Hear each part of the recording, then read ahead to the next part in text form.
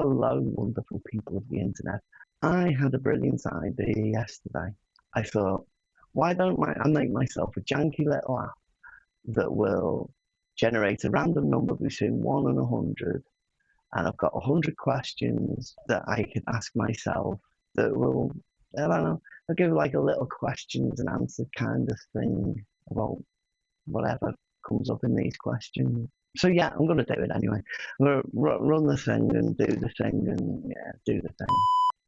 And it's number 37. 37 is, what memory makes you emotional without warning? There are a lot of things that make me emotional without warning. I can't pick one. There's not one I'm going to pick. I'll pick a few until I can't anymore. First one was a recent one. I was looking through a Facebook page about Birkenhead, and there's this photo from the early 1900s, and I was like, I wonder if my nan's there. Like, I wonder if my nan's there, or my grandparents, or my great grandparents. And it makes me think about how much has changed since my nan was a little girl, even since my nan was my age now.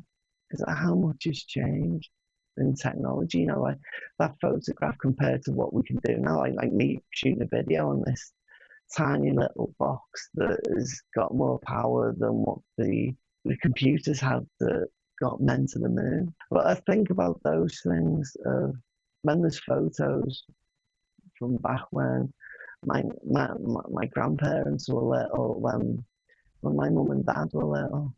I see those photos and I think, I wonder if they're there in that photo, living their life.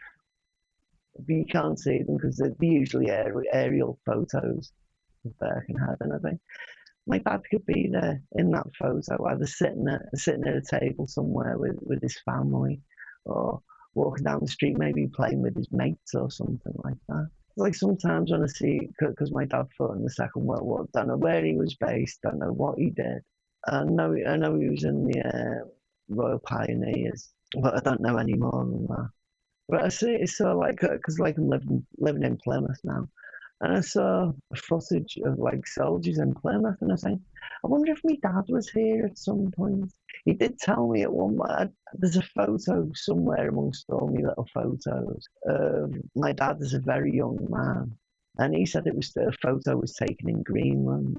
Then when I think about my daughter, there's a really sharp memory. There's a couple of really sharp memories. There's the first most powerful emotional one that up until the age of 7, her mum looked after her, like totally, it really nurtured her, read to her all the time, took her out to places, filled her life with wonder. This tiny little person, his life was filled with wonder. She kept record of it, so when our daughter was older, she'd be able to reflect back on these things, even though she might not remember them. And all those things that she did, and then my ex got ill, and I had to become the main carer. Now I could be nurturing, I could be loving in all the ways that I could be, but I couldn't be the educator that my ex was and still is. I couldn't be like that. It wasn't in me to be like that. And I think of like that I became like the main carer. But what the memory that I find so hard is that our daughter doesn't remember those first 7 years with that much, because obviously she was very little. But I think I get upset sometimes thinking about that, thinking about how much love was put into making our daughter the wonderful human being that she is now. When our daughter was born, she was like an emergency cesarean. So I held her for her first 15 minutes of her life, and that is mind blowing. I'd never held a baby before. And there was this tiny little thing that before she was born we called a splodge. And I held her and looked down in wonder at this tiny little thing. I had no idea how much that tiny little thing was going to take over my life for the next 21 years, and hopefully for the next 21 years. by which time I'll be nearly 80. I'll probably be mostly nose ears and a big jowly bit here.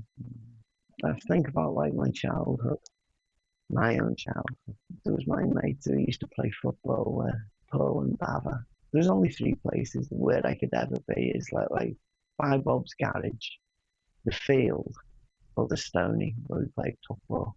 Or underneath the garage, there was a garage, and I don't know what used to be next to the garage. I think it was originally all fenced off, but all the fences are broke. People used to chuck all the rubbish down there into the thing, and me and my mates used to play in it, play in the rubbish, literal rubbish. They had a couple of other brothers and at least one sister. I think it was. I lose track of them. They were Catholic. I mean, you know. But there was this one. I have this memory. I'm pretty sure it was like Julie had said. Julie said like Dr. Howe and the Doolics, which made us laugh hysterically as kids. I mean, it still makes me smile a bit now.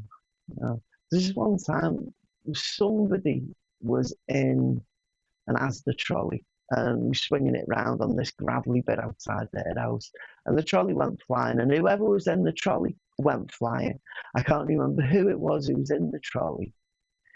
I remember it like it was me, but I also remember it like it was someone else. And I've got no idea who it was. Well, I haven't got any scars that would say that it was me, so I assume it wasn't. Somebody did. I think I've used my memories up now. Like, subscribe, little bell thing, stuff. Loves you.